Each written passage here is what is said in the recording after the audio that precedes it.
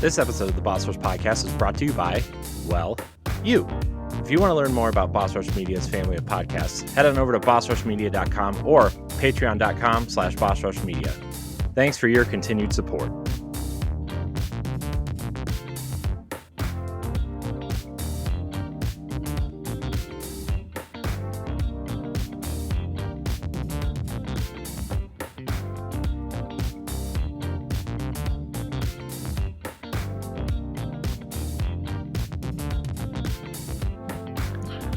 Hello, everybody. Welcome back to the Boss Rush Podcast, a great place to play games and be better. I'm one of your hosts, Corey Derrigan. Alongside me, as always, is the PC muscle race himself, LeRon Dawkins. Hey, what's poppin'? Hi, LeRon. Hey, Corey. How was your Thanksgiving? It was good. I think you guys saw you guys saw the pictures. Besides blowing my back out, on Thanksgiving, I think it was all right. Like, I was in the kitchen all day on my feet, like basically making dinner. Let me rephrase that. My boyfriend and I were in the kitchen all day, like cooking and stuff. But I can say for sure, I can say for sure that I during that entire time, I think I only sat down like once before it was time to sit down and actually eat. So by the going into bedtime that night and waking up the next day, my back was killing me. Yeah, that sucks. Gotta do some stretches, dude. And also on Wednesdays we wear pink. Well, that shirt's so tight he can't get it over his head. Nice. Sorry, I couldn't do the sexy takeoff, because take off the shirt because I lost my earbuds in the process. Oh yeah. Also joining us is the mad pharmacist herself, Stephanie Klimov. Also, didn't want to show any nipple. You can't do the whole sexy take off the pump cover, on stream. I was gonna say, can you show man nipples? Nope. Oh, okay. Well. I mean, unless it's for the appropriate thing, like if you're showing off, like workout techniques, like if it's athletic videos, or if you just happen to be in like a swimsuit, stuff like that, if it's appropriate, you can show that. But this is not appropriate. Maybe on After Dark it's appropriate, but this is not appropriate right now. Sure. But yeah. I do love how what pink does to my complexion, though. I do love it. Also, here's PK Power, Pat Klein. I was hoping to say also inappropriate. Here's PK Power. No, we're all inappropriate. It's fine. But then I would have said free the nip. So it ruined my complete dialogue. We need to restart this again. Yeah, that's inappropriate. I don't free know the nip. I don't know if I'd want to free the nip right now though, because it's pretty nippy outside. It's 33 degrees outside. Then it's gonna help you get the perfect nip. I know, but it's cold as hell on the East Coast. It's cold as hell on the East Coast right now. Or in the words of my former mentor, mentor, he says it's cold as a witch's tit out there. Speaking of cold, you can cut glass with your tits cut diamonds. Speaking of nips, a long time ago, my one friend who got some girl pregnant, he was like, "Well, looks like I get to sip the nip," and I'm like, "Oh no, oh no, oh no." Thanks for reminding me of that. That is a fetish. Keep that to yourself. Yeah. Oh, okay. Yeah. Hey, there's our topic for After Dark tonight. Weird fetishes. Tune in. Oh God. Oh no. Oh man. Everybody else have a good Thanksgiving? Everybody else's holiday good? I had a Friendsgiving I went to last Wednesday. It was actually pretty good. There was about 14 people and lots of food. So much food that my pies got ignored because they weren't cool enough. I got some Baker Square pies because I can't cook for shit and I would poison people. But other people actually brought homemade desserts. So, my pumpkin pie and apple pie could not compete against an apple crisp and a pumpkin cheesecake. Oh, Yeah, that's understandable. tough. That's tough. Mm-hmm. Yeah, yeah. I actually made pies for the first time ever. You know, like actual like whipped up and baked pies. Because usually I make like the no bake stuff. So you know, like chocolate mousse pies and stuff like that. But I actually made a pecan pie. Well, 2 pecan pies and 2 sweet potato pies. Mm. And that was the first for me. Like I don't bake a lot. Like I love to cook, but I don't bake because like it's real easy to fuck it up. I love baking because it's so scientific. It's just a bunch of like precise measurement. Like, that's the dork in me, but you know. Yeah, no, that's what I love about baking too. Like if you're good in chemistry in school, like you got this. The only, No, but yeah, you're but right though. One you never. small move, you could mess it up. Yes. Yeah, yeah. Mine was all right. It's the usual family thing over my aunts. My parents are out of the country, so I didn't get to spend time with them, which is fine. I'll see them for Christmas.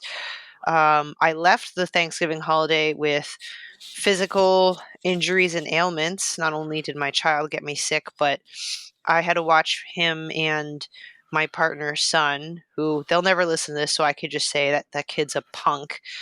So that kid, I just know that kid would not shut up unless I did something cool to entertain him for the day. Like he can't just mind himself. So I took them to a skate park because he's obsessed with it, even though he's only 6 and can't do shit. But he thinks he's this cool badass with his razor scooter and do all these he can't do anything. But so he loves skate parks. So I'm like, I'm gonna blow this kid's mind and take him to a skate park. He's having the time of his life. I'm feeling cool because I finally reached to this little stinker where nothing I can say or do impresses him, and this impressed him. So I was very happy with myself. And then I'm not like most adults where I can just stand there and watch kids play. I'm like, well, I'm going to entertain myself too.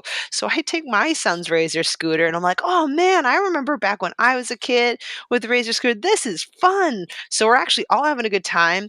And then my partner's kid's like, do you think this ramp is too high? I'm like, nah, it's fine. Just watch me do it.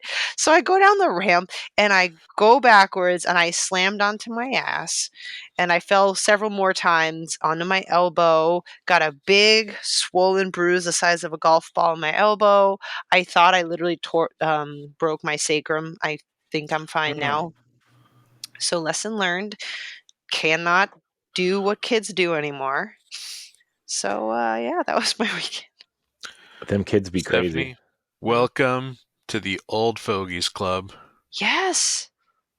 I was like, I cannot do this. Oh. Anyway, but yeah, and I'm sick too, so it's just, you know, the typical stuffy nose, the deep cough, and the brain fog, and work's kicking my ass like it seems to be kicking everyone's ass this time of year, and it's like, oh, can this all be over? Oh, it So, sucks. but yeah. It sucks real bad. Mm. Ugh.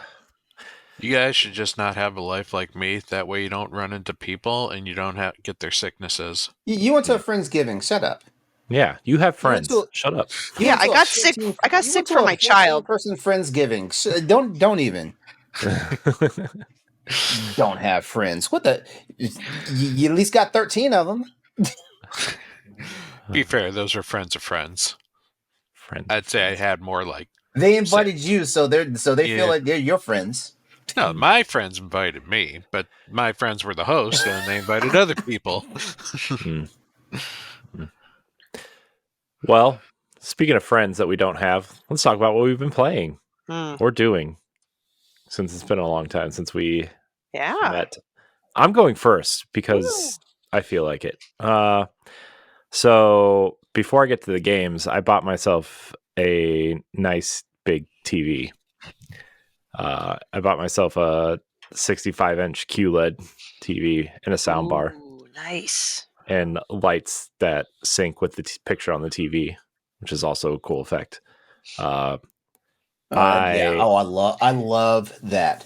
Yeah. Was that like a Black Friday thing, or just a purchase that you were gonna make anyway, and were planning? No, I just am in the process of selling a lot of stuff because we're moving soon, and I use some of that money to buy TV. Sweet. Yeah. Yep. Fill out those big walls in that new house. We're Especially mounting that it. furnished basement. We're gonna mount it, Gonna put a big old couch, a big old coffee table, sound bar, video games. My only issue though right now is that the Xbox has a sound syncing issue. And I thought it was like maybe the sound bar or my TV, like the way it was hooked up. And I was like looking online. It's been a known issue since like 2017 or 2018, whatever year the Xbox Series X came out, or Xbox One X came out. And they've just never fixed it. So there's like a really tedious workaround, or I could plug it directly into the sound bar, but this TV is 120 hertz TV, and you lose that functionality if you plug it into the soundbar, and I'm not about to lose any functionality over this, so I'm going to do it the hard way. But everything else is fine. My Switch, my Wii U is hooked up and fine. PlayStation 5 is fine. It's just the Xbox. So that's what I'm going to be doing over the next, I don't know, probably 10 years trying to figure this out. Or it's a sign you need to become a Sony pony. No. Pass. But I have been playing. I've played a little bit of a lot on this TV just to test it out. Spider-Man looks amazing. Destiny looks amazing. Halo Infinite looks amazing. Gears looks amazing. Super Mario Wonder looks amazing. Zelda, ironically, does not look amazing on this TV. It's so washed out. It looks really washed out. That's the secret to its graphics. Breath of the Wild and Tears of the Kingdom has like, I don't know, like, you know, like it looks vibrant. It looks vibrant on small screens, but the moment you put it up on something bigger than, let's say, 42 inches, like then you start to see that, you know, like the art direction, you know, like they just did not care about color. Here's the thing. I think like at certain times of day in game, the game looks phenomenal. But like when it starts sunsetting, or like you're around a lot of the red or the purple swirls from like, you know, bad stuff, like it just it looks blown out and really bad.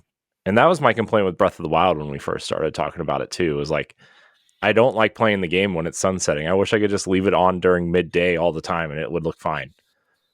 But yeah, that was like the one game I was like, man, I'm probably not going to play this on here. But good thing I finished it already, I guess. I guess it's good that I have an OLED Switch. That was Tears of the Kingdom, right? Mm-hmm. I didn't try Breath of the Wild, to be fair, but it probably doesn't look any different because it doesn't look any different anyway. But I played a lot of awesome games. Like stuff like Axiom Verge looks awesome on there. Ooh. And like when you put the lights that sync with the picture on Axiom Verge and you put it in cinematic mode. Which lights did you get? So I was looking at quite a few. I thought about doing the Philips ones, but they're just way too expensive. They're expensive, yeah. I already bought the TV and I'm like, I can't do the expensive lights. So I bought the new Nanoleaf 4D TV lights, which does like it's screen mirroring technology. So what you do is you plug it into this little camera and you can either mount it above your TV or, you know, you can place it on your entertainment center under your TV and it just films your screen and whatever's happening happens. I've been rewatching, ironically, even though I complain about it a lot recently, the MCU movies from the beginning. And dude, Captain America Winter Soldier is amazing. Say no more. Yeah. It looks so good streaming that I bought the 4K Blu-ray. Wait. Okay, so the Nanoleaf 4D, like it's the light panels, is not like a LED strip around the back. No, there's like a whole series of the Nanoleaf 4D. I got the TV strip up to 65 inches. And then you can also sync the 4D, like they have the hexagon panels and the triangle panels. And which I might get some of those at some point, but those are also like right now gotta the budget is super tight right now. So because I'm looking at it on Amazon right now, and I'm like, wait a second, because I see the light panels behind it, and I'm like, what's happening? Okay, I see them with the light strip now. Yeah, they make them up to 85 inches.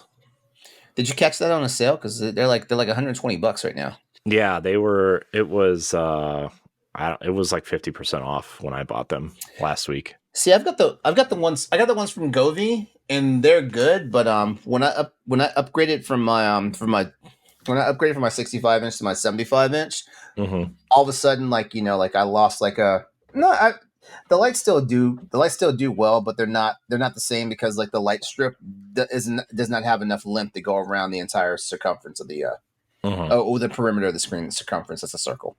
Yeah, I was looking at the Govee ones, but a lot of the reviews said if you go over like 50 inches, they can't do what you want them to do. Yeah, like in the corners, like the spacing is weird. Yeah, so I might get these Nanoleaf ones, but that means I've messed around and like introduce another ecosystem into my room, because I got Philips right now, I've got Govee right now. Well, does Android have like iPhones have like the My Home app where you can control a lot of different ecosystems? Yeah, you can do that. Things. Yeah, you can do you can like where it integrates all your smart things into one app. Yeah. It does that. So that's pretty nice. I also, the nice thing with the Nanoleaf ones is that when you go to set it up, you can actually control where the corners of your TV are on the app. Like it'll take a picture of your TV, and you can like test the lights to see if they're in the right place, and if not, you can control, like it brings up this grid, and you can kind of like position the lights how you want them on your screen, on your phone screen, and then it'll show up that way on the TV screen. So that was really cool.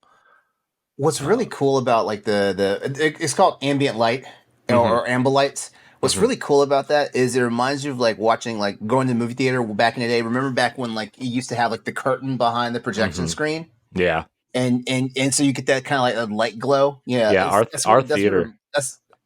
Our theaters still have that, which is cool. Yeah, it's a cool effect, but it's amazing when you're playing games, because man, like all the lights and all the colors and all that stuff, and like I was playing Dead Space with that on, and oh my god, like because like when you play in HDR, like all the deep blacks and stuff, so like you'll literally see like one half is like there's no light, and the other half there's light. It's funny. It's hilarious. I tried out Shadow of the Tomb Raider 2, and there's this point where you come out of this cave and into like this bright area, and like when you're crawling out of the cave, there's just this little like at the top of the TV, I just see this like 2 or 3 lights on behind it, and as you progress and come out, you see the whole screen just start to light up. It's super. It's like waking up for the first time. Yeah. It was super cool. And then there's all kinds of features. You can create scenes if you have other lights and control them all by one thing. It's super cool. But I'm really upset about this sound delay thing. But I would be too. I'm sure there's 100 YouTube videos on it. And apparently it's only with the Samsung soundbars that this happens. Oh, that's a shame. Yeah. So I don't know. But I did, in terms of like real games that I've been playing a lot of Destiny 2, because Season of the Wish started this week. And yeah, I mean, it's another season of Destiny. It's the last season of Destiny. Also, the Final Shape got delayed 5 months, which is great. Okay, so help me out figuring out something here. The way they call it the Final Shape, is that part of Destiny 2? Mm-hmm. Okay, so will this, when the Final Shape happens, does that mean like Destiny 3 will be coming, or does this mean we don't know? We don't know yet. We know they're doing at least 1 year of these things called episodes, which are like smaller chunks of story, kind of like the way they used to do it, where like you get every 6 weeks, I guess, you get a new story chunk to play through and a new weapons and missions and events. But we don't we don't know. They're not announcing anything else until the final shape is over, because if you say anything about the future of the game, really, you're pretty much spoiling what happens in the final shape. And but they are dropping because we're concerned. We're like, what's happening? Like, this is going to be the second longest season Destiny's ever had. It's going to be like 6-8 months. Let's see, what is it? November. So technically December, I guess, through June. When these seasons usually last 3 months, and you were getting like a 7-month season. But in April, they're dropping some sort of I forget what they called it, but just like a pat, like it's kind of like its own little mini season. So that's cool, but nobody knows what's going to be in it.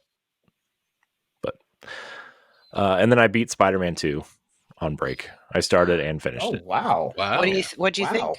I mainlined it. I mainlined the story in 10 hours. Okay. Did you hit any of the side quests? I did after the story, but okay. Yeah, it's a pretty short game, but it's really fun to play. I think the story is kind of like terribly paced, just like the first one.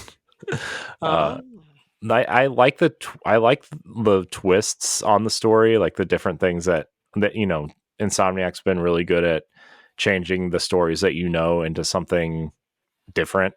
I like Harry's story in this, but I wish it would have been better paced.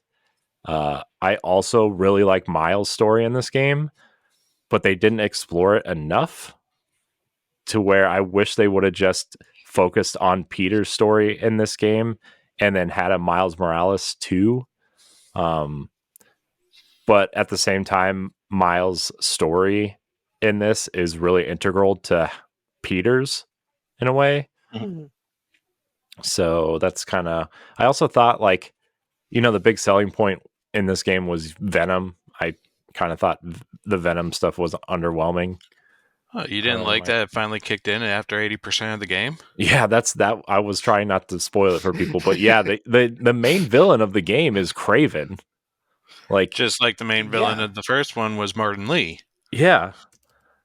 So also, like, I know Insomniac said, and I've said this on a couple other podcasts before, but I know they kind of said Miles Morales is their Spider-Man moving forward, like their main Spider-Man moving forward. But the way it ends, like both scenes, the way it ends makes you think Spider-Man 3 is totally going to be about Peter. No, I think Spider-Man 3 is going to have 3 characters. Oh. Yeah, no, I know the third character is at the end, the one character that shows up at the end that you don't see their face, but you can tell by the name that they use. So that'll be interesting, which is nice because the other character that I thought was the obvious choice to bring in for a third spider person is not happening, which is like kind of refreshing since that person's in a lot of the other media that's out about Spider-Man. But yeah, it was we'll save a lot of it because that's our next book club. Our next Patreon book club is Spider-Man 2. Yeah, we and I have a lot to say. Talk about. I'm looking forward to listening to that. Yeah, I have a lot to say about the game. I think the game itself is immaculate. I think the gameplay, I think Insomniac's really nailed the gameplay of Spider-Man. I think swinging, the combat, the gadgets, although I missed my drones from the first game. I don't know, some of those gadgets are really freaking cool. I love the concussion bomb and the webs. And honestly, like, I felt super powerful by the end of this game. Yeah. Just with all the gadgets and abilities that I was just zipping between bad guys and just webbing them up with finesse. Yeah.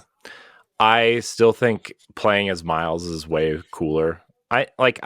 Before the games, like I think everybody kind of knows by now who Miles Morales is. He's the other Spider-Man, right? But like after playing Miles Morales and this game, I'm like really interested to dig deeper into Miles' like media, I guess you would say. I just think he's a really interesting character, and not that Peter Parker is boring, but we all know the story of Peter Parker, right? It's kind of, I mean, it's that story's 85 years old. So Yeah. to see a different character kind of assume that role is really cool. I think his powers are cooler. Like, I love the electric powers that he has. And then, like, obviously he gets somebody else's power. I don't want to spoil the game, but the new powers he gets are really cool. And I can't wait for this book club. Actually, I'm like really excited. I have Nice. two full legal pad pages full of notes. So, Damn. which was the first time I've really taken a lot of notes on a game that I've been playing, but also something I think I should probably do moving forward. Well, you and I have both beat it, so just gotta get that third person, and we're good. I know. I think I'm gonna. I know Grayson played it. I'm gonna try to reach out to him, and I forget who. Somebody in the Discord wanted to do it too. Mary Yeah. did. I don't know where she's at though. Yeah. We should probably find out. Yeah. But with that said, Spider-Man 2 is really good. I would probably give it like an 8.5. I still think Miles Morales is the best of the 3 games out right now, in my opinion. So, wow. Oh, maybe I can interject my Spider-Man here. So I will agree. This game was very fantastic. Probably one of the things I liked about it was I feel they utilized the villains better in this game. Like, instead of having all the villains pile up at the very end, like the first one, like the villains are spread out. Yeah, so that was you my at least, yeah, that, you got that was my big villain issue with every the first couple game. hours. Was sorry, I didn't mean to talk over you. No, it's I agree with that. Yeah. I also think I think it was better because they kind of had less villains to manage, which made it easier to kind of spread them out. You know, because it's really only Kraven, Lizard, and Venom. Yeah, with a sprinkle of Sandman. Right. Yeah. Oh, yeah. The opening scene. Yeah, and then like the side missions revolve around him too. But yeah. But even the side quest villains were interesting, and definitely some of those lead to whether or not these characters are going to appear in a DLC or if they were built up for Spider-Man 3 as well. Mm-hmm. But I'm excited to see where this series goes. They made some interesting choices with the story in this one, and we'll see if they can actually build it up, because it's kind of hard to beat the Venom story, like in terms of what's going to like create a greater threat for the for the city. Yeah, but that what was it? The end credit scene. I guess it would be the mid and the end credits. Really, actually makes me think that the next. I know Venom is like that's the one everybody waits for, right? Is like the Venom story, but side tangent though about Venom. I also like how they kind of gave nods to other versions of Venom, right? Like Agent Venom. There's a really cool nod to that in this game. But yeah, I guess it wasn't really a side tangent, but like everybody waits for the Venom storyline, but I'm actually like really intrigued by that mid and end credit scene to see how they deal with those characters. And I don't know if it's going to be DLC or not.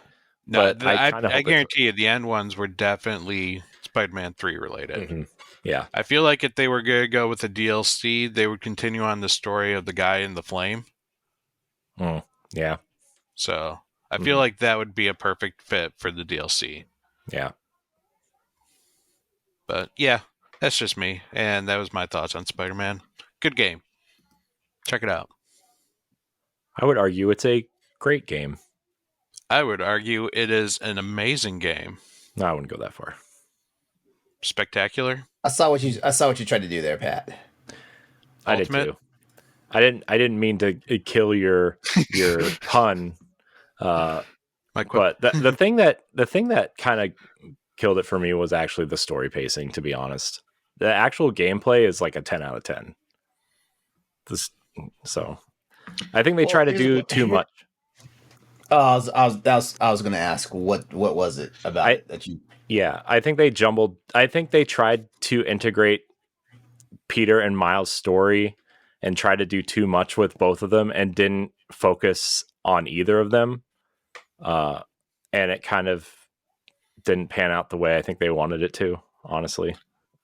But yeah, it still feels the same, kind of like in Spider-Man 1, how like the 3 acts just didn't really coincide together well. Like after you finish Martin Lee's story, it completely changed tone. I mean, it feels like you got 3 separate stories in this one again, rather definitely. than one like story that melded like 3 scenarios together. Yeah, definitely. And then like also the thing that made me laugh, although I know it's a Spider-Man game, but like not to spoil anything, but the third act with all that stuff going on and the Avengers are just chilling in their tower, like shutting the windows and being like, well, I don't see anything out there. We're not going to help. They don't need the Avengers for that. Made me laugh. They got their friendly neighborhood Spider-Man. Men. Spider Pals. The Spider Pals. That's a real thing, by the way, guys. Yep. All right, who's next? Well, Pat, I guess you already talked about Spider-Man, so all right. I guess you can continue. I beat 4 games this since we last talked, including game number 40 of 40. I've officially hit that goal, and I've surpassed it to now 43 games. Dang. Yep. But the game number 40 was like a dragon, Gaiden, the man who erased his name. And like I said the last time I talked about it, amazing game, great starting point into the Yakuza series if you wanted to get into it. Just because it does kind of bring up who Kiryu is, even though the Like a Dragon series has now gone and focused on Ichiban Kasuga. But at least now you know who the other guy is. That's going to be with him in the new game. And then it also had a great demo afterwards where you kind of get a little flavor of that Hawaii sandbox and get to play some really fun mini games like Sicko Snap, which is a play off of Pokemon Snap, where instead of taking photographs of Pokemon, you take up photographs of muscly men in masks and very provocative poses throughout the streets of Hawaii. Nice. Yep. Nice. I'm interested in that game, but I have 37 other games to catch up on before I play that. Yeah. So that was 40. 41 was Spider-Man 2. I 100%ed that and got the Platinum Trophy. I also got the Platinum Trophy for Like a Dragon Gaiden. Then I decided to dig into my backlog and I picked out Little Nightmares because I keep seeing things for Little Nightmares 3 and I kind of wanted to get into that. If you like Limbo, it's a Limbo style game. You run around, you try to solve puzzles in the environment while occasionally escaping from a clamated looking monstrosity. And it has a very interesting twist in the end, so I'm excited to see where Little Nightmares 2 and 3 goes with it. But interesting enough, I think the DLC actually was better than the main game. The DLC I felt had more. It was 3 levels, so it actually almost like extended the main game's length by twice its size. But the DLC focused a lot heavier on the puzzle aspect and integrated that more into the gameplay. So I thought that one worked well. And then game number 43 of 40, I went through Metroid Prime Remastered, finally. For Nice. The first time I 100%ed it as well. And great game, got a lot of the feels. Completely remembered why I absolutely hated the Phazon mine in that game. That level freaking sucked. Balls. That's right. So, game number 43 of 40 was Metroid Prime Remastered. I finally was able to get around to that game, and there's a lot of nostalgic memories of it. Like Nintendo made a very fine remastered game. Like that's something Nintendo I think does right with their remasters. It could be an old game, but it still plays like it used to, or it's slightly smoother than it used to, and it looks good still. Mm. Like this Nice. Metroid game looked good. Yeah. I will say though, it you know brought back the repressed memories of the Phazon Mine, which to me sucked balls. We're talking Metroid sucking morph balls here, because there's a hell of a lot of Metroids and they start getting very annoying in that place. Yes. But other than that, like, loved the game. I loved the final boss. That's actually a very fun final boss too. And yeah. Question for you. I think I might have asked this a long time ago when I first played Metroid Prime Remastered. I had a heck of a time at the final area right before you get to the boss, and you have to kind of like platform your way all the way up the pillar. And I hated that part so much Fusion because, Metroid's knocking you off then yes, too. so Yep. it's not me being a bad gamer. That's a tough area, right? Because I Yeah, mean, I that's a didn't tough fall, area. but I'm like, no, stop. yeah. Ah, No, it's there are some platforming moments that even I was starting to get pissed off at, but they were mostly in the Phazon Mine again, such as, well, okay, some of my biggest complaints about this game, as other games have been, is the inability to change your brightness settings.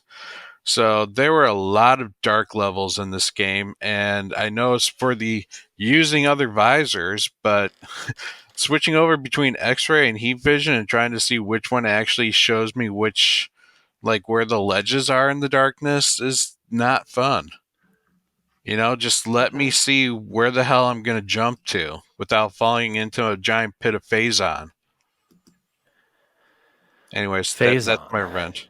Phazon, the poison that the meteor dropped in that game.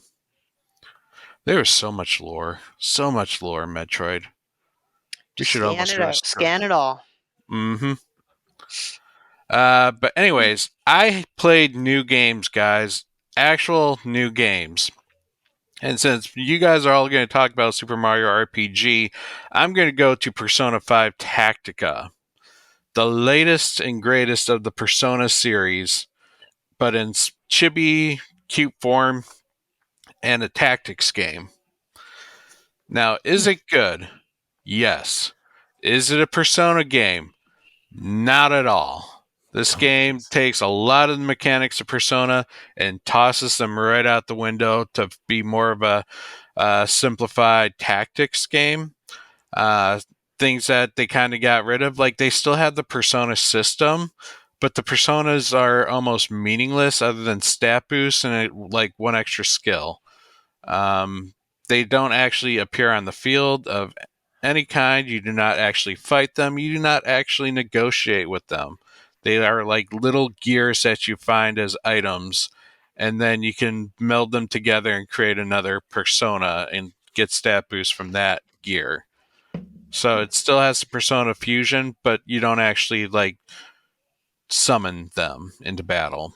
You have you have the standard persona that each character has, but none of the actual like Shimigami roster of creatures. I mean, it's not necessarily a bad thing. It's just something that defines persona, and it's not really there. Other things, they got rid of the social links in it, but there's still like a lot of talking that you can do with your teammates through watching little scenes. And luckily, the game has a lot of great personality. Like each one of the characters still brings their personality front and center to the game. Like it's almost like seeing family again after not seeing them for a couple years. You'll have the ones that you gravitate to. You're like, yeah, this guy's cool, or the ones like, dude, I remember why we stopped talking, several years ago. But I love the cast of Persona 5. Like, it's probably one of my favorite Persona 5 games, and it's really cool to revisit them again in this game. The tactics battle system itself is actually fairly simple. It kind of reminds me a bit of the Super Mario or the Mario's versus Rabbids, where it's cover-based tactic systems where as long as you're not in their line of sight, their attack could possibly miss you or be blocked altogether. But then there's some slight Persona battle-ish maneuvers you can do in this game, such as exploiting a weakness of an enemy or performing a critical and then getting an extra turn because of that. And then you can start linking up some really cool moves, such as punching someone off the side of an elevated platform so that while they're falling, another character then does a follow-up attack and shoots them right in midair. And it gives you an extra turn doing that. Or downing an enemy and then triangulating your character so that they do an all-out attack and just massacring the board. Oof. Like, there's a lot of fun, tactics in this game that aren't super complicated at all. But yeah, it's so far very enjoyable. You can't go in it thinking it's like a normal Persona game because it's not. But if you played through Persona 5 and want more of these characters, I say this game is definitely a perfect pick-me-up. Those who pick it up after or without playing 5 won't have a damn clue who these characters are or why they are all journeying together. So that's my take on Persona 5 right now. Nice. Finally, sorry, go ahead. Oh no, I was only gonna just lamely add, from the little whisperings on the internets, seems like it's been a very well received. It is a very well received game. Sorry. No, it's a good game. It's not traditional, but it's still a fun game. And like I said, it's definitely meant as for something for those who have actually played Persona 5. I can't see you jumping into this game without knowing some, if not all, of what happened in Persona 5, because it literally takes place right after the main events of 5, but before the game ends. The winter break during between the second and third semesters of school. So, yeah. Super Mario RPG, guys. Did y'all get to play it? Yeah. Hell yeah. Yeah. Nostalgia, bro. Nostalgia. Yes, it is. Oh my gosh. Like I said again, with Nintendo remakes and remasters, it's like playing the Super Nintendo game again, but it looks beautiful. Yes. So, let's talk about Super Mario RPG, guys. Y'all played it, right? Woohoo! Nostalgia. I've never played it. I've never played the original, but I've started the remake, and I love the heck out of it. I'm not surprised that Corey has never played the original. I never had a Super Nintendo. Surprised. Oh, you didn't have? That's right. I remember you saying you never had Super Nintendo. I remember that. I remember that now. Yeah. I mean, I have one now, but I have like 5 games for it, and none of them are Mario RPG. I still have my Super NES. I'll mail you my Super NES Super Mario RPG cartridge if you would like. I think you don't want to play it. You don't want to play it. If you're playing Mario RPG, Mario RPG remake. You don't want to play it. Play the Super NES one. It's on whatever the Nintendo online thing. It is. Yeah, it is. Yeah, I think so. believe it's on the Virtual Console. It's somewhere. It's either on the Wii U Virtual Console, the Wii Virtual Console, or Nintendo Switch Online, or all three, or some combination. Mm-hmm. No, so here's fun trivia for our listeners out there, especially if you guys are younger than the Nintendo GameCube. Like, Mario RPG is the game that originated with all those emotes that we see Mario and crew do, like over in the more modern games now. It's like Mario RPG is basically the precursor to Super Mario, Mario and Luigi, that series. Technically people think it's Paper Mario that started off the Mario RPG stuff, but no, it's Super Mario RPG. Yeah. Yep. but we have yet to get Charles Martinet yet. Good. So Mario is completely silent. Oh my gosh! Side tangent about the new Mario and Mario Wonder. Everybody's like, "Oh, he sounds so different, dude." I couldn't even tell. If you wouldn't have told me, I would have never known. He sounds different, but at the same time, he sounds the same. What I like about this new guy in Mario Wonder is it's not as abrasive. I don't notice. For me, if I go looking for the difference, like, oh, this is definitely not going to be Charles Martinet, and I listen, I can tease out the difference. But when I'm then just focused on the game and enjoying the game, I don't think about it, and therefore it doesn't bother me, and therefore it just sounds like Mario. So, like, the people who complain that he sounds so drastic, I think they're just looking for these changes. Okay, at the risk of being canceled, he doesn't sound like a fruitcake now. Like it's I said that. less less happy. Less flamboyant. There you go. Flamboyant. There you go. Yeah. And these are coming from two bisexual people on the show, so we're not anti whatever. Exactly. Like I said, at the risk of being canceled, I just said that. I feel offended for your kind. Okay. Offended for you. I will be the offended one for you. Yikes. If we look at the history of it, that I am. Because man, like when Super Mario 64 came out and like he had a voice, I was like, this is the best thing since sliced bread. And then as the years droned on and more characters got voices, like, oh man, like because in Mario 64, like the Toad didn't have a voice. Well, they had that thing, you know. And then next thing, like, okay, it's like, oh my god. And then Yoshi got a voice, and Birdo got a voice, Shy Guy got a voice, and I was like, oh no, stop, you know. And I don't know, like Princess Peach's voice, like I don't think I've ever like been impressed with her voice. I don't think I ever have. Mm-mm. Even Anna Taylor. She sounds like they try to do. She sounds like they try to do like a super cutified version of Penelope Pitstop from those old ass cartoons. What? Who? Yeah, I'm old. I'm old. I'm old. Like, yeah, look it up. Wacky Races. Look it up. Who? We watched the Mario movie again the other night, by the way. You brought it. You know what? I appreciate those fucking voices. I do. I really do, because I would not have been able to sit through an entire movie where it was the actual Mario voices from the games. I know. Here we go. We're gonna get like a 1-star rating on Apple Podcasts now, just because we said that. You know what? I don't disagree with you, LeRon. Though I don't. That's the thing. You know what? These Nintendo nerds can go stuff themselves or whatever they want to do. Because I'm just saying, like. Can you imagine how annoying the movie would have gotten for like a straight audience? And when I say straight audience, I don't mean like straight people. I mean people who are not gamers that just took their kids or just want to see what the fuss is all about. That would have got annoying like after 20 minutes. And I'm being nice by saying 20 minutes. Yeah. No, agree. I still don't think I like that movie, to be honest. Here we go.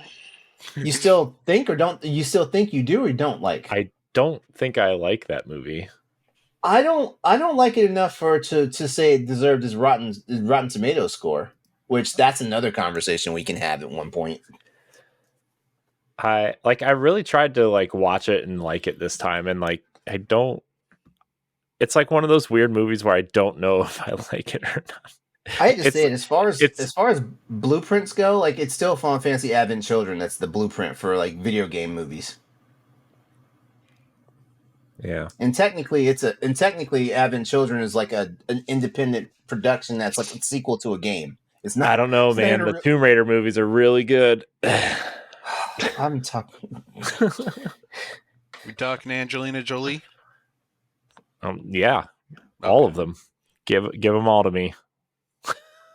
Give them all the Lord props. See, and he says give them all to me, and it just takes me back to Bring It On. Oh my gosh, I love that movie.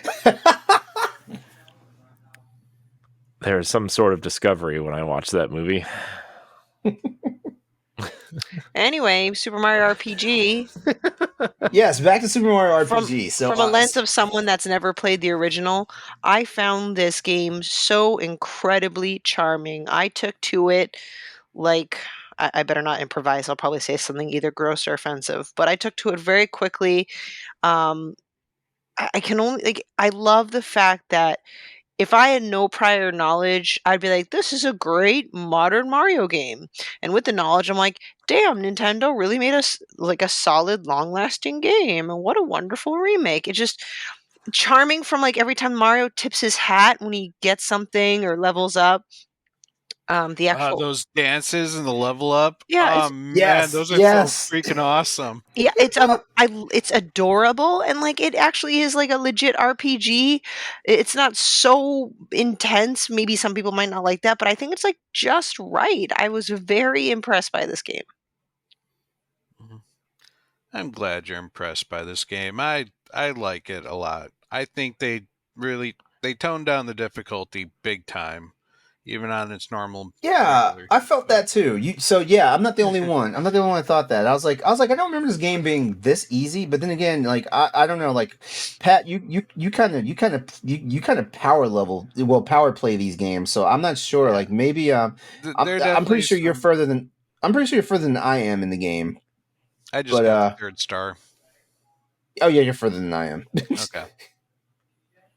Yeah, I mean, when you get when you hit that button just at the right time and that attack just hits everyone instead of just one person, that Yeah, definitely made it a hell of a lot easier. but I Uh, mean, at the same time, I feel like that's one of the things they did to refresh the game, though. yeah, I mean, I wouldn't want to spend a whole lot of time doing the traditional turnstile based Mhm. turn-based combat that the game originally had, Yeah. still has, but I mean, let's face it, turn-based is great. But for today's ADHD audience, it's not going to fly too well. So they need to speed these battles up. It's Well, sad, I think but I I get it. think that's I think that's why like that's in Hmm. there though, where like it does the multi hits and stuff though. I, Yeah. I really think that's the magic of it because yeah, like like we're playing for Persona Tactica, right? Persona 5 Tactica. Yeah. And yeah, like that's turn based, and stuff like that. Like I haven't actually played it. I downloaded it on Game Pass to the ROG Hmm. Ally, but I haven't started it yet. Um, but Well, but generally, yeah, I'm leveling that game only takes like 5-10 minutes, and that's short for a tactics. that is short for a tactics because I mean, well, because like most of the average shit, just play Final Fantasy Tactics or Tactics Ogre. You guys understand what I'm talking about. The Those grind is battles real. last quite a bit. Yes. It was nothing. It was nothing to be like three-fourths of the way through a battle in like tactics, and just have to sit the controller down and go make yourself a sandwich because you knew like it was still gonna be a long haul. Hmm. Yeah. Mhm. Anyways, yeah, it's still a really fun game. I love the personality in it. It's very refreshing. Definitely brings me back to the childhood days of just playing the game over and over again, Oh, and this is watching going to the be antics. this is going to be our January Boss Rush Book Club, right? Yep. Oh, it Uh, is. technically, there's still by the time this comes out, it will probably will. There's still 3 days of voting, Okay. right? Two So days of voting, but it is not yeah, it looks official, like but it. it may very well be our Boss Rush Book Club. It's winning by it's winning by a lot. Okay. So Well, the good thing is, I don't think it's terribly long. Like I said, I just got my third star, and I'm like only, I'm not even 10 hours into it. I feel like I'm about halfway through the game. yeah, So, I just got it, so I will be playing Woo. very soon. Probably this weekend actually. So Very nice. a nice. Like the past month has been really good for Mario. Mm-hmm. yep. It's been a pretty good year for Nintendo in general. It Absolutely. has. It has. As the Nintendo naysayer of this group, it has. It Yeah. has been good. I mean, Zelda, Pikmin 4, Mario Wonder, and Mario RPG. Metroid Prime. Metroid Prime and Metroid Fire Prime, Emblem the game. first 10 of the year. Yeah. I honestly, I looked at all the games I beat, and 8 of them are actual like Nintendo produced games. Mm-hmm. They did a lot this year. Mm-hmm. So, I'm done anyway. So, all right, Stephanie. All right, I'll try and make this short. So Mario RPG. I just caught up on a little bit of the Stanley Parable because and this was before my hospital bill, or else I would not have thrown down money for this. Got my PlayStation Portal. Woo! look at that Nice. shiny Woo. screen. It All actually. right, so spill. We want to know. I love it. I love it. Listen, it's one of those things where it's. I think it goes to a specific audience, obviously, who are either going to love it and everyone else is going to think it's a useless, money, like burn your money kind of thing, right? So as people know, you can only play with it with your PS5 on within your house with internet. But for me, that's okay. The purpose of me buying it is so I don't have to sit and play my PS5 because I sit all day at work and my back hurts because I'm old. It was easy setup. The screen, like the visuals look amazing. It's light as a feather. And I've experienced very bare minimal interruptions while playing. I start off with Stanley Parable at first because that's like a very quick, I can get a few quick runs in to test it out, no problems. But it's not an intensive game. And then I I downloaded Baldur's Gate 3, which is the third game that I'm playing because I want to play at least a little bit of it before Game of the Year, Game Awards, I should say. And To see if it's truly the game of the year. exactly. And there have been times where I get that little flash, like that probably warns me like there's some sort of internet connectivity issue. But like I don't like my game is still running fine. I saw a little bit of quirky lag and I thought it was the portal, but when I went to my TV room, my office to see, because it's playing on the TV while I'm playing on my portal. It's actually the game. It's not the portal. So far performance is great. The battery life, I can't remember what it's published as, but I do feel like I need to charge it after every session. Yeah, I thought it was only like 2 to 3 hours. Yeah, it's not that long. So I would say like that's my personal biggest gripe about it. But like I said, it's light, it's easy. I am the right audience for it, and I love it. I've used this constantly. I feel like it works well, and I don't know. I'm hoping this is just kind of PlayStation, Sony just kind of testing the waters and maybe actually having a true portable in the future, like a true one that you can take out of the house kind of thing. And maybe this is just kind of a start. We'll see. I don't know. I don't have like any intel on that. But as a How does person it feel though? like How ergonomically, does the console feel? Like, how heavy is it? it's light. I don't know what It's if light. someone wants to look up the specs, but it's not like the Steam Deck. That's majority of the reason why I don't like my Steam Decks. It's so heavy. This is so light. Mhm. I love it. It's like Yeah, the Steam Deck and Lenovo Legion Go are like the heaviest things on the market right now. let me see. It's like I mean, obviously my hands aren't scales, but if I were to hold these two together, I almost feel like my Switch is heavier. It is very light, Interesting. Okay. very light. Hmm. And here are the sizes by comparison. So obviously the Portal is like larger in width and everything, and you think that maybe if it would feel awkward, but no, it doesn't bother me at all. Like I feel like it fits well. I mean, I personally don't have any issues with the PlayStation controller. I know a lot of people tend to favor the Xbox controller design better. Yeah, just because of how you're holding it, but this one's definitely longer. So Exactly. it's not like you're holding a smaller controller.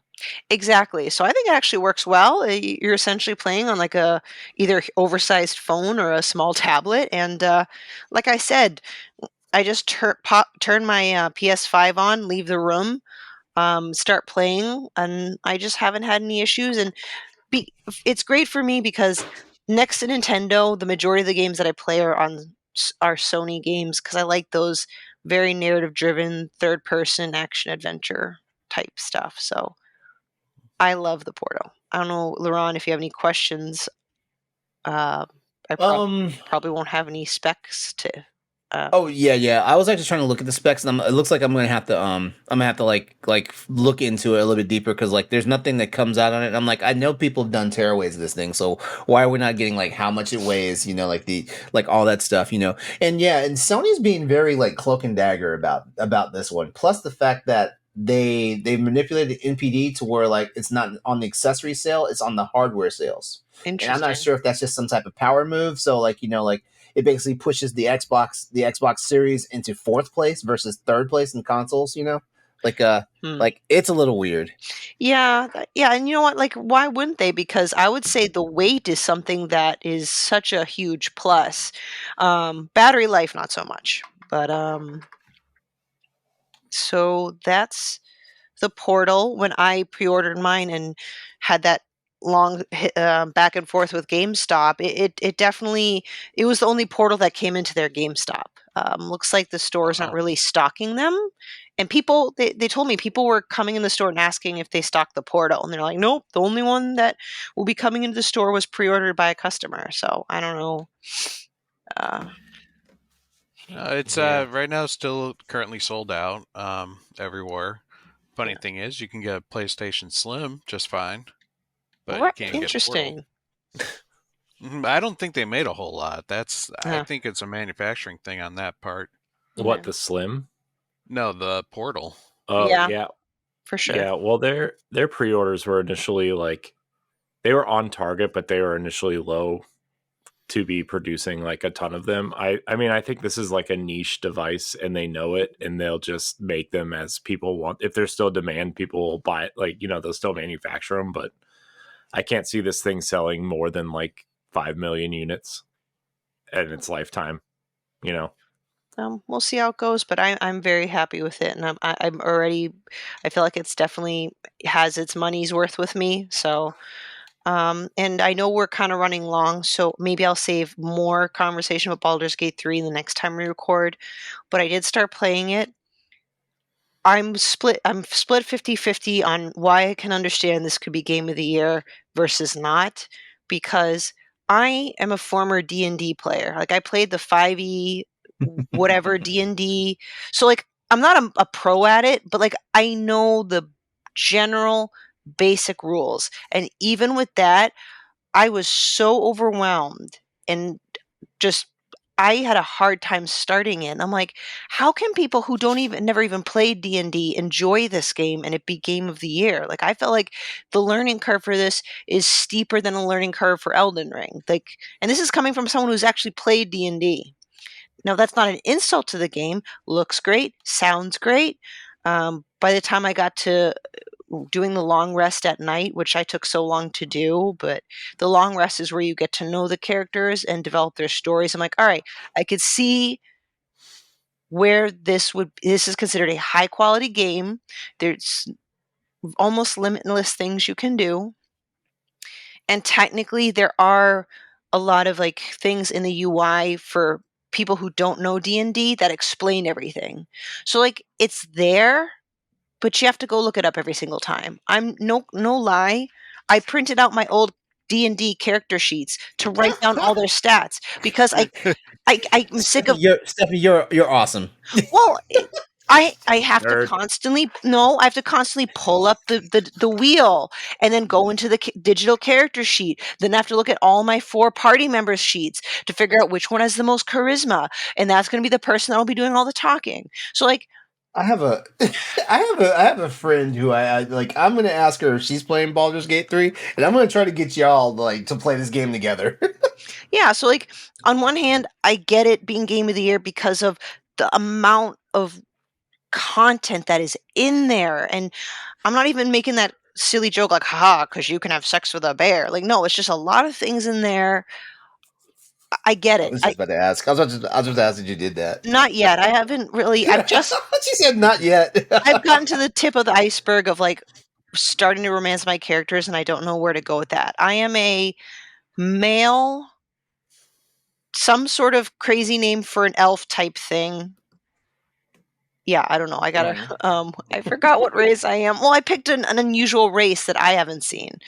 Anyway, but like I said, it's just I struggle with the game of the year as well because I'm having a hard time thinking someone who doesn't play D&D being able to latch onto it.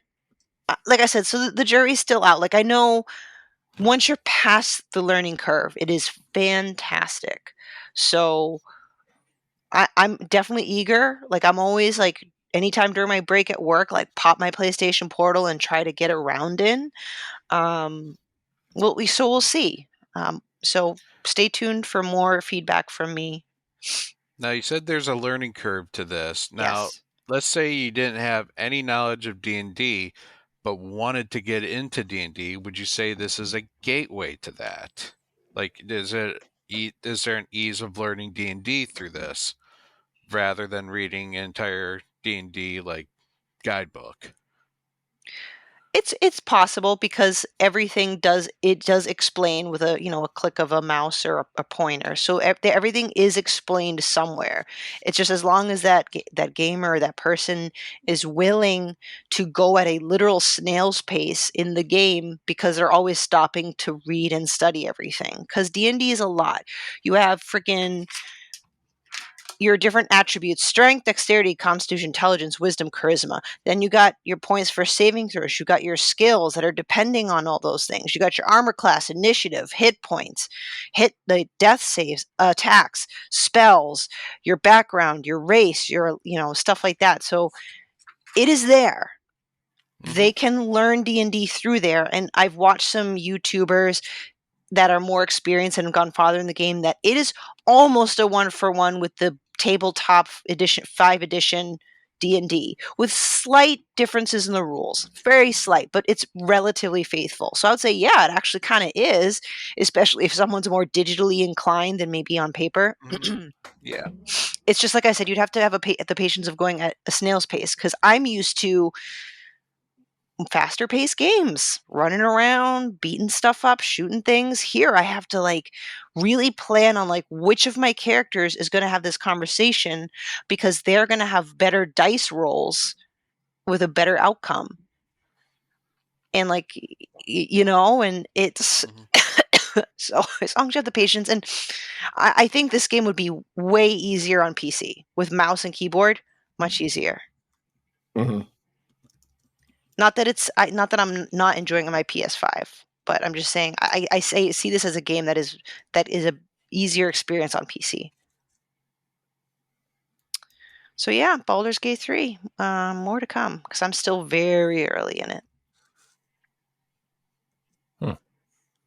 Sorry, Nice. I try to keep that as short as I can because it's a lot. Sorry, and I extended it because I have No, questions. no, I have questions. it makes me feel Mhm. happy to get questions because I know I know you're listening to me, Babylon.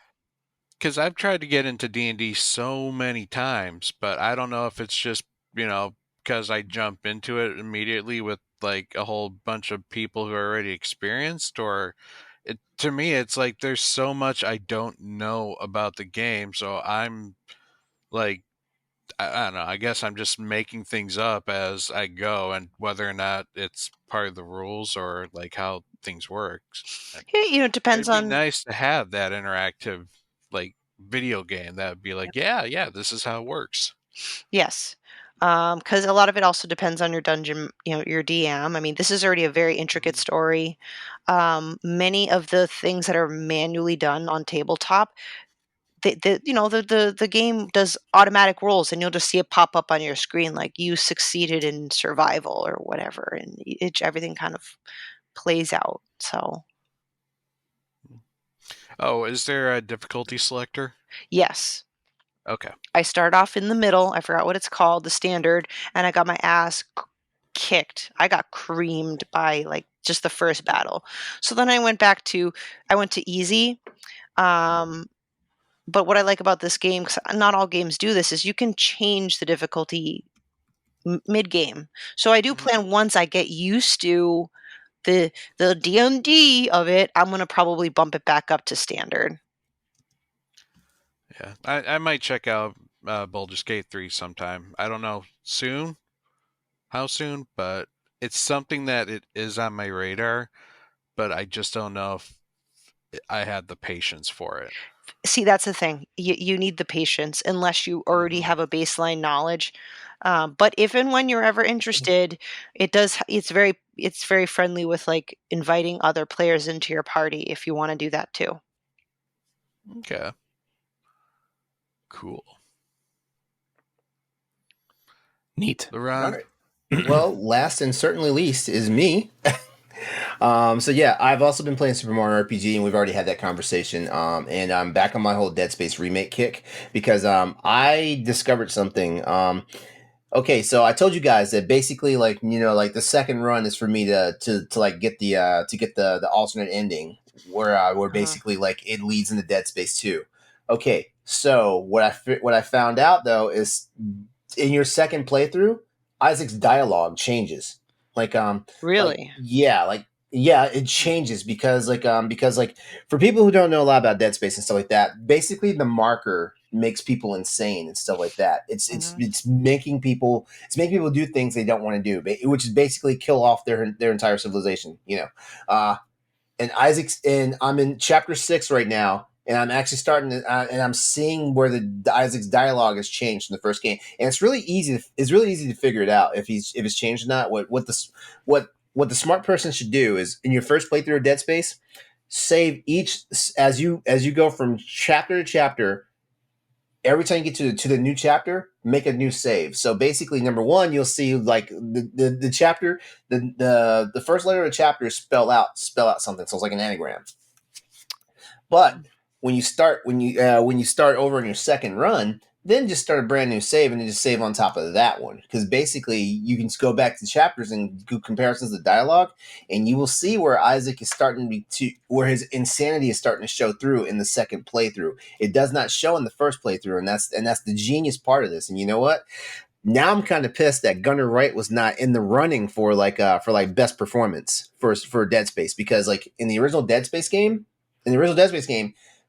Isaac was a silent character, and then Dead Space 2 and 3 they hired Gunnar Wright to become the voice actor for him, and he started having spoken lines. But the fact that Dead Space remake, they made an entire script for a guy who had no lines in the game, and it actually makes sense and flows with the lore and the dialogue and all that stuff, was amazing.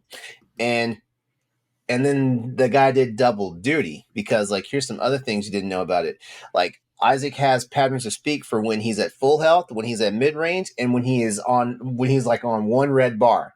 Like like the way he talks changes, the way he breathes and maneuvers changes and stuff like that, and that's all affected. So this guy this guy literally like recorded thousands of lines of dialogue for this character for a Hmm. game that this guy had no voice in the first game.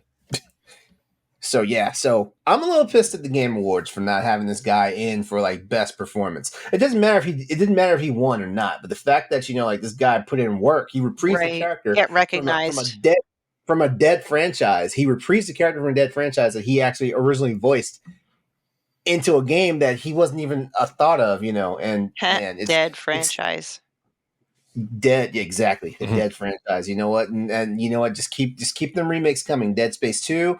If you want to do Dead Space 3, I'm not gonna argue with you. And make a Dead Space 4, and let's finish the fucking storyline. I think But the yeah. director said that if he was going to change anything, he would change Dead Space 3. I don't think he was Okay. happy with it. That's I've been watching because one of the content Captain Bribbo, I think that's his name. Um, he said he played the game with Ben Wanat, who is one of the original writers of the original trilogy and stuff like that.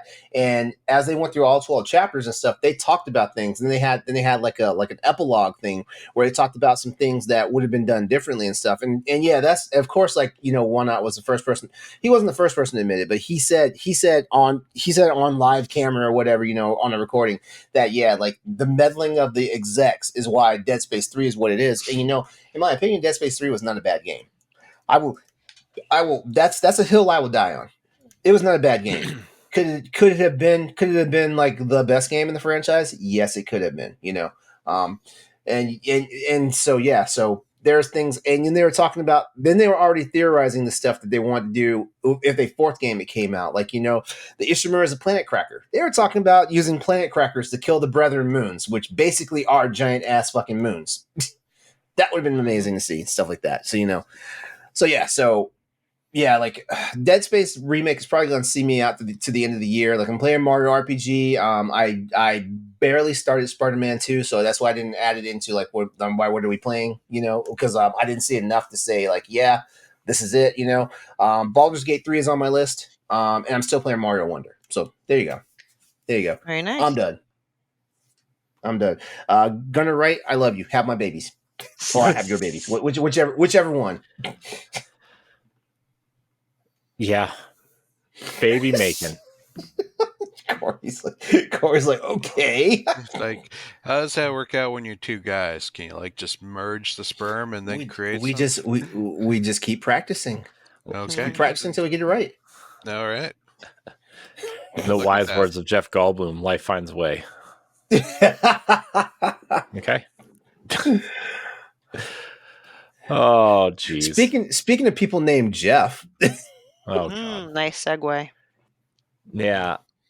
You guys wanted to continue the indie discussion because there was a recent interview with Jeff Keighley where he kind of explained himself or what he stepped in it. Yeah, and he defended his judges, and he's the one who's getting the shit in the face right now. Okay. He defended his judges. I feel like he punted though. Yeah. Here's the thing.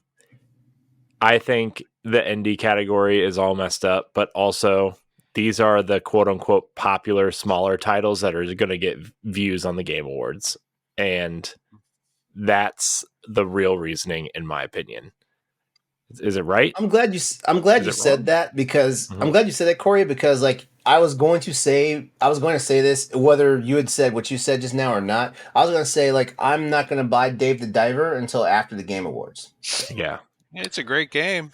I bet it comes to Game. I know it's a great game. I've seen some of the Let's Plays, and I was like, "Oh my god, this game is amazing." Well, here's kind of like another thing, and I hate to say it, and this is where people just really need to just chill the fuck out. First of all, it's the Game Awards. It's fun. It's not a fucking authority on the to the end of the world. First of all, so just chill the fuck out. Number two. It's like when people in America go, let's go get Chinese food. I love Chinese food. Okay, when you go get Chinese food, is that real authentic Chinese food? Or is it Chinese food that is made so Americans find it palatable and they love? 100% Americanized Chinese food. Because when I worked for a Chinese company, they spoke Chinese to the chefs and got the secret Chinese menu for their food. Okay, there you go. See, that's actually a thing. Yeah. Side tangent on that. Yeah, side tangent on that. So one of the girls I work with is from India, and we went to the quote unquote local Indian place, and she was like really excited to go because it was relayed to her that it was like authentic Indian food because like some Indian people own it. And when we got there and we were eating, she said, "This is an Indian food." I know. I kind of saw where that was going. Oh man. But yeah, like that's kind of how I attribute to like the Game Awards. Like, is the indie category by its true definition of indie? Probably not. But it's the quote unquote indie games that maybe the average Joe Schmo gamer like, oh yeah, that's totally an indie game because it's a smaller game. It's a not AAA game and therefore must be indie. So like, is it offensive? No, they're just picking games that make the most sense, which kind of ties into Corey's explanation. I mean. There needs to be. I can agree with that, Stephanie, except for one thing. He said, where's the line at? Okay. Everyone has their own opinion about this, and we refer to our jury of 120 global media outlets who vote on these awards to make the determination of if something's independent or not. That's the line that actually he's getting all the daggers in the back from. Because when you look at some of these judges and stuff like that, these are outlets that no one runs to like USA Today to look at a game review. No one runs to them. Source. I mean, we're fucking gamers. So where we go? We go to Okay. the fucking IGNs. We go to Games Radar. We go to shit. We go to fucking Kotaku. We go to bossrush.com. Bot.net. .net for all of our gaming news. No, well, LeRon, it Yeah. actually kind of makes more sense then. I'm like, all right, well, if you're going to use judges from those sources, then what else are you going to expect? So just, I don't know. I'm not saying that we should be complacent, right? Like, it'd be cool if there was like a double A category and then an indie category to kind of like further tease it out. But it's like, all right, at least it makes sense. There needs to be like that. There needs to be a name for indies that aren't indies, right? See, like the non-indie, right? I mean, I feel like, like is it indie is the name indie is what's screwing things over right now. Yeah. Like, Exactly. we need to That's change what it is. indie to small dev. Yeah, there needs to be like the like. That's perfect, actually. That's perfect, actually, because if you look at what's how they define Like Mint Rocket is a small developer that is backed by a $1 billion publisher. In that regard, Yeah. I mean, it's just. It's just I don't know. It just feels insane sometimes, you know. And you know, like people have been railing on the Game Award. How long the Game Awards been around now? 12 years now. 10. 10. Okay, people have been railing on the Game Awards since year one. And you know, I watched the first Game Awards. It was not good, you know, but at the same time, I drunk the Kool-Aid that Jeff Keighley was giving us by saying that it's a show, it's a game, it's an award show for games for the gamers. I drunk that Kool-Aid, and you know what? The sad part is, like, you know, I'm taking it literally, you know, 10 years later now, you know, for outstanding creative and technical achievement in a game made outside the traditional publisher system. Wait, I feel like that changed. I feel like did they go back and retcon that description? Because I don't think that's what we said 2 weeks ago when we talked about it. That can't be the. No, I mean, I think it's still the traditional publisher. Okay. I don't know. Maybe I'm just a crazy person there. But you know, Dave the Diver definitely is worthy of nomination for an award and stuff like that. But you know what? When you have a $1.5 billion publisher behind it, that immediately moves in outside independent. You know, Yeah, it looks like an indie. Mhm. It looks like an indie game. You know, and you know, it looks like an indie game, but just because it looks like an indie game doesn't mean it's indie. Because like when we have games like I think Dead Cells is the first independent game I took notice of. Dead Cells. You know, it looks like it's a freaking, like, you know, play on Symphony of the Night and stuff like that. You know, here's the thing though, that's backed by Team 17. That is a multi-million-dollar publisher. Oh, I didn't know. I didn't know who. This is where my thing's coming from. Like, if you want to say indie developers are games being, you know, outside of publishers such as the 1.5 billion Nexon, you know, you got to look at games that are being developed by Annapurna, games that are being developed by Focus Entertainment. I agree. All these guys are multi-million-dollar publishers. Well, That's why the smaller development teams are going to them. Wait, does the publisher throw the money out, or does the publisher just make sure it gets distributed? The publisher usually funds the game. There are like other special publishers, like when we had Some Humble Onion on, right? Like that game had a publisher, but it was more of a distribution thing than a funding thing. So there are publishers like that, which I would still consider those mostly independent games, I would assume. But people like Team 17 and Annapurna, like publishers like that, totally help fund these games, right? Maybe not the whole game, but like, because obviously I think some of these games they develop and then they pitch it to these publishers and then they fund the rest of the game, right? Like that's how. Yeah, I think that's how a lot of it goes. Like I think Bloodstained is a good example. Remember, it was kickstarted and that game was like partway through development, and then they, you know, it got so much traction that who published that? Was it Inti? I think it's Inti. Inti Creates created the actually developed and published the 8-bit games or whatever, but the main game, like maybe that was I don't remember who published it, but that published like took over funding of that game. And obviously the Kickstarter backers still got their rewards and everything, but the rest of that game was totally funded. Yeah. Let me ask you this, because maybe the problem why like gamers and I'm just gonna Stoy is basically resonating every time I say the word gamers. Gamers. Hey gamers. That G word. Gamers. Could it be that just the landscape of gaming has changed to the point where I guess gamers are inflexible? Because we look at certain things. There's hard ins that are hard outs. Like look at the fights that were had last year over best family game, and it was all fucking Nintendo games except for It Takes Two. And when you broke down a lot of those Nintendo games that are in that category, they weren't really family games. They're actually more like party games, or a party game and one RPG. That drove me nuts. Mm-hmm. I also think that a lot of it has to do too is like the term indie is a really great marketing term right now, and that's like also why it's thrown around. So. Just like when Microsoft, when they were pitching the initiative to get people to come work there, they called it a quadruple A studio. I'm like, that doesn't exist, guys. Come on. Quadruple A. What are you going to fund like a $500 million game? The only quadruple A game out there, in my opinion, would be something like Grand Theft Auto, like the next Grand Theft Auto, because they spend like almost $1 billion developing this game and the online service and stuff. But even then, it's like, that's just the most triple A you can possibly get. So. Mm-hmm. All these terms, man, get them out of here. There needs to be a Bible of like what genres are defined as, what types of games like AAA, AA, indie, single A, B tier, whatever. And it needs to be evolving though too. Well, let's break down something real quickly based off of Jeff Keighley's quotes, and then we can move off this topic. The first thing he says, indie can mean different things to different people.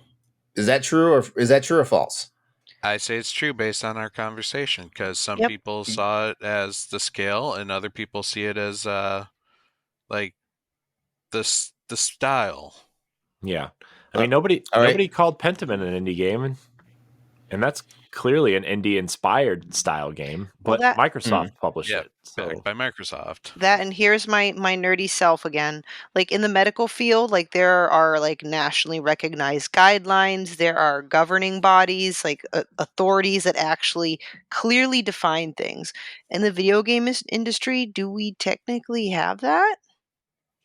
Because I feel like it's the wild freaking West technically when it comes to gamers who define it, right? Which and gamers are fickle. They're so that's why true. I feel like currently indies mean different things to different people, because there really is no official governing body of gaming that has established a formal definition of things. Okay, so does independent mean the budget of the game? This is also another one of his quotes. I mean, no. No. Independent means it should be completely independent from any outside influence. So really, okay. I'm glad you said that. Publisher is the exact same person. Mm-hmm. I'm glad you said that, because like his next part of that quote was, "Does independent mean where the source of financing was?" I think that's a big part of it. Because back when indies were indies, they were being managed by the actual developers. Like Fez, one person, Hollow Knight. And by the way, thank you gamers for running that guy out of the industry. He was crazy. Wait, who are we running? That's another part of it. Sorry, I missed that first part. Who did we run out of the industry? The guy that created Fez. Oh, yeah. Phil Fish. Yeah. No, so all right. So does independent mean team size? You see, now here's where it gets. Yes. We're gonna have to possibly go with yes, because you could say that LeRon Studios would at Baldur's Gate 3 would have then been independent, because they are developer and publisher. Mm-hmm. I would say Larian's independent. Yeah. Although Okay. I don't Then know if I you would call also now have Baldur's to Gate. question, is Mario and Zelda independent because of that? Because they're independent from complete, like, Well, well, I actually go they public companies may not Nintendo would be. like a word. I would say, I mean, Nintendo has like, we don't know their studio names aren't quote unquote household names like Naughty Dog or Sucker Punch or any of the Sony or Microsoft studios, but they still True. have like internal teams like Nintendo EAD and Nintendo R&D and studios like that, where Retro Studios, right, I think is probably the most well-known Nintendo studio. uh Yeah. they still have studios that they own. Nintendo isn't developing these games, it's their internal studios that are developing them, right? I would argue. I mean, they're all still part of Nintendo, yes, I get it, but like, Yeah. you know And if someone wanted to counter argue that, you just say, well, Nintendo has shareholders. They're the yeah. ones who are financing it. So Hmm. is Nintendo independent? No. Yeah. It's funny. I clung to what you said, Pat. For me, when it comes to the essence of what independent means, is whether or not the creator, the devs, have Mhm. outside influence. Which therefore, any answer like, does it need to self-publish, or does it matter the size, or does it matter the financing? I want to say all of them actually. It depends, as whether or not those factors influence the initial creators. For example, I am an author. I did not self-publish. I have a publisher, but my publisher gives me 100% free reign of my creative content. Does that mean because I have a publisher representing me, I'm not an indie? Or am I indie because it's my publisher's not a famous publisher and they're not telling me how to edit my book? So I think all of those factors could be a yes, could be a no, depending on ultimately, are the developers, the creators, left to their own devices? Just food for thought. Okay, so yeah, are they being driven by others' whims, or is the idea truly theirs? Mm-hmm. I feel like I feel like when we call it an independent studio, like it usually means one, that they're completely independent, like they basically call the shots for how their game is. And yeah, I mean there can be an argument about Kickstarters, but like most times Kickstarters, the people who are basically like like helping the Kickstarter, they still can't tell the guys how to build their game. They still can't Exactly. do that. They get the stretch goals, is where the guy's like, well, I'll add this and this to the game, but that's Yeah. their Yeah. discretion. Mm-hmm. Yeah. Um uh but number two, I think where I consider it independent is that they may have a publisher like Annapurna, for example, whatnot. They may have a publisher, but at the same time, these are studios that are basically going to be one and dones. Like a lot of times a lot of times these independent studios are looking to see if they can get picked up by a triple A. They're looking for a job, and they're looking for a job by creating a job for themselves. And that's where I think the magic of like the independent spirit comes from and stuff like that. It's just the reason why like somebody works for like a Fortune 500 company, and then they break off and do their own thing, based off the experience and things they have. They might not be competing with with what they just left, but they basically break off on their own, and they're using the chops they learned in the business, and they're doing something wholly on their own, Yeah. outside of the structure, So, per se. yeah, so maybe in conclusion, can we look back at Dave the Diver? I guess, is Dave the Diver an independent game? Did the team Mint Rocket, is that fully their property? Like, did they come up with the idea? Is that everything that they wanted in the game and not been influenced from Nexon or whatever their publisher is? If it is, then you know what? Maybe they are in fact an independent game. And by the way, like I know I'm talking harshly about this independent subject. This is no shade to Dave the Diver, because like I said, like Mhm. I finally took a good look at it, and I'm like, oh, Yeah. holy shit, I want this game. Yeah, no. I Dave the just Diver is obviously the the black sheep of this one because it has the $1.5 billion dollar publisher backer, behind yeah. it. So that's the one that people are automatically pointing to and is like, no, that's not it. Oh, and by the way, kudos to Nexon for like looking at this and seeing like, oh shit, we want our name on this. Kudos to them. I don't even see Nexon I don't even notice Nexon's logo. The thing I see is the Mint Rocket logo when the game boots up. I guarantee you when the game rolls credits though and stuff like that, you see like Yeah, Nexon you stuff. probably see in it, Nexon, you know? but it's not like a Nexon game. Dave the Diver. Huh. Huh. I feel like You know it's what? a very I'm not gonna pick apart any more of Keely's stuff. But it is funny that because you were mentioning Baldur's Gate 3, one of his quotes is some people have said Larian with Baldur's Gate 3, that's an independent game. Kojima Productions with Death Stranding. Some are saying that's an independent game. Death Stranding was published by Sony on PlayStation and 505 on PC. That's Yep. That had Sony money on Yep. it. Yep. Yeah. Well, okay. You know what? Again, going back to the conversation, did they have a say in what Kojima did with the game? No, they didn't. No, but they still funded it. Well, yeah, but we came to the conclusion though it doesn't matter whose funding is, whether or not the funds directly affect what. I think there's an ulterior motive behind how Sony gave Kojima like the completely hands-off experience. I believe the ulterior motive was we're gonna buy this guy out. I'm believe sure that's what it was. I'm sure there is an ulterior motive, but like now that we all get to it, it's like how is it any different from a Kickstarter campaign where they got a lot of financial backing and it's an indie gamer versus a developer that is a publisher that financially backed them up, but they did not influence or tell them how to make the game? How is that any different? So we will distribute the game and we will market the game. Yeah. Yeah. So I think we need to get rid of the term indie and just go with like small dev, large dev. Yeah. I mean, there needs to be a better word for that, though. I think that's why we use the term indie is because there's no better word. Mm-hmm. To be honest. No, there's a... Are you going to say single A game? No.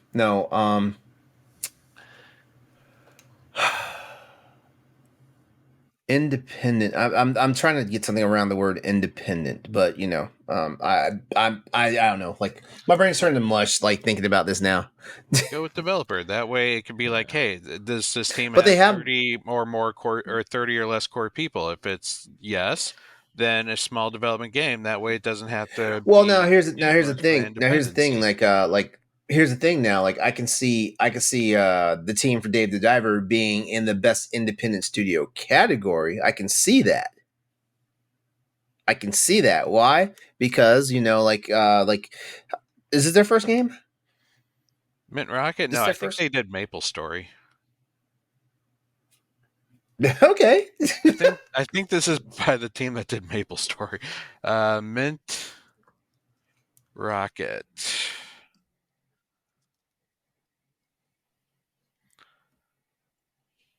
I'm sorry. I would look it up. I'm sorry.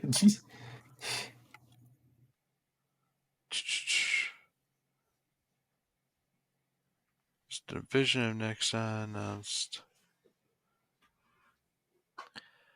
You know what? This is their first game. Okay. It was originally announced in May, or was originally established in May 3rd, 2022.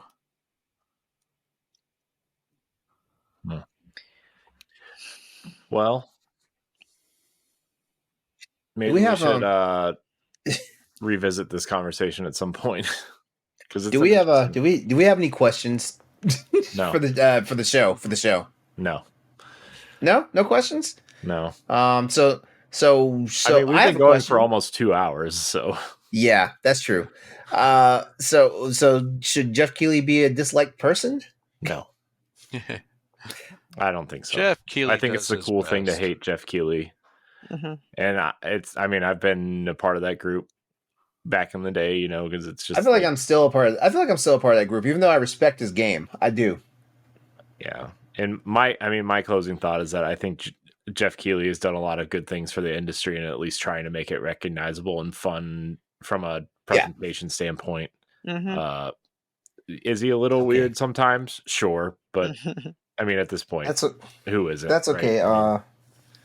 That's okay. Also, I don't watch the Game look Awards forward for to the awards. I watch for the announcements because I could give two shits about the awards. So you're gonna be on pins and needles now because you want to hear world premiere. I don't care. You know what's funny is we're giving shit, or people are giving shit about the Game Awards nominating it for Best Independent Game.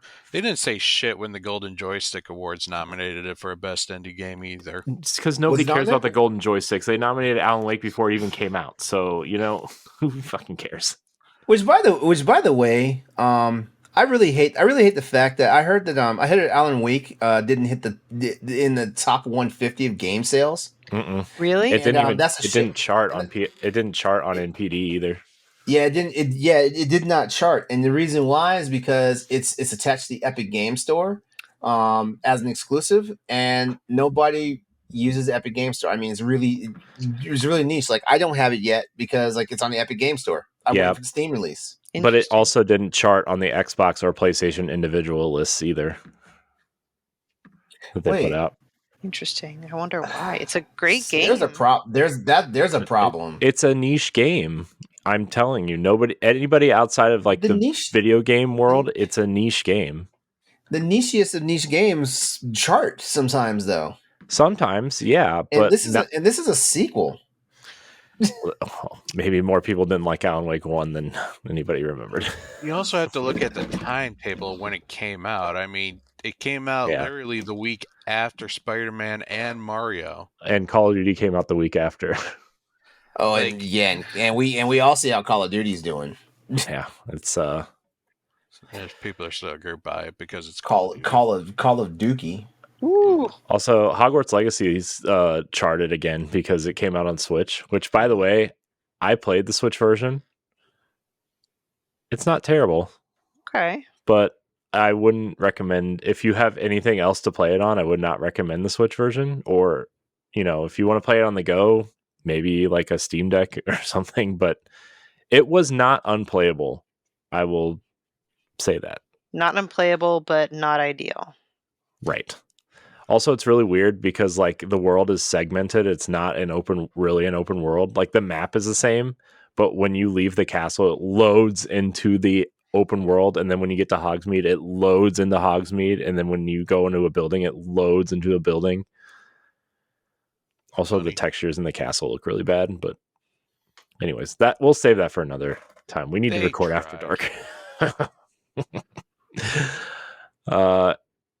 Well, we did it, I think, if Zencastr lasted. I want to thank everybody for watching and or listening to this episode of the Boss Rush Podcast. You can find it every Monday on your podcast service of choice. Go to our Patreon if you want to support us and get other perks and early access to shows and all that kind of stuff. Vote on our book club. If there's a game you want us to play, go vote. If you are at the $5 tier, you'll also be able to contribute to other things as well. So go there, check it out. Subscribe to us on YouTube. Yeah, guys, thank you for your time tonight. LeRon is raising his hand. Yes, LeRon. Can I just add to our audience, like if you like the show, like definitely give the thumbs up. If you dislike the show, go ahead and give the thumbs down, but also leave a comment as to why you don't like the show so we can make some changes and make you happy. Please don't leave any comments. They're all bad. Just kidding. Leave them. Be excited. Participate. See, now Corey's going to get hate train in the comments. You might even get Phil Spencer to comment back. Corey's going to get like, oh, that dude lost all this weight and now he's an asshole.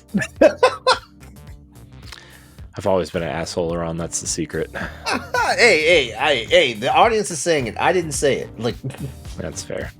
It's how my brain works. I can't help it. Anyways, thank you so much for watching and or listening. Until next time, we love you. Goodbye. Bye. Bye. So long. Farewell. If you want to be a Patreon producer, head on over to Patreon, patreon.com/BossRushMedia, and find out which tier is right for you. Our Patreon producers at the $5 tier or higher for this month are Adriel Munger, Celeste Roberts, Christian S., Sana Dierig, Francisco Santillan, and Rebecca Jewell. Thank you for your continued support.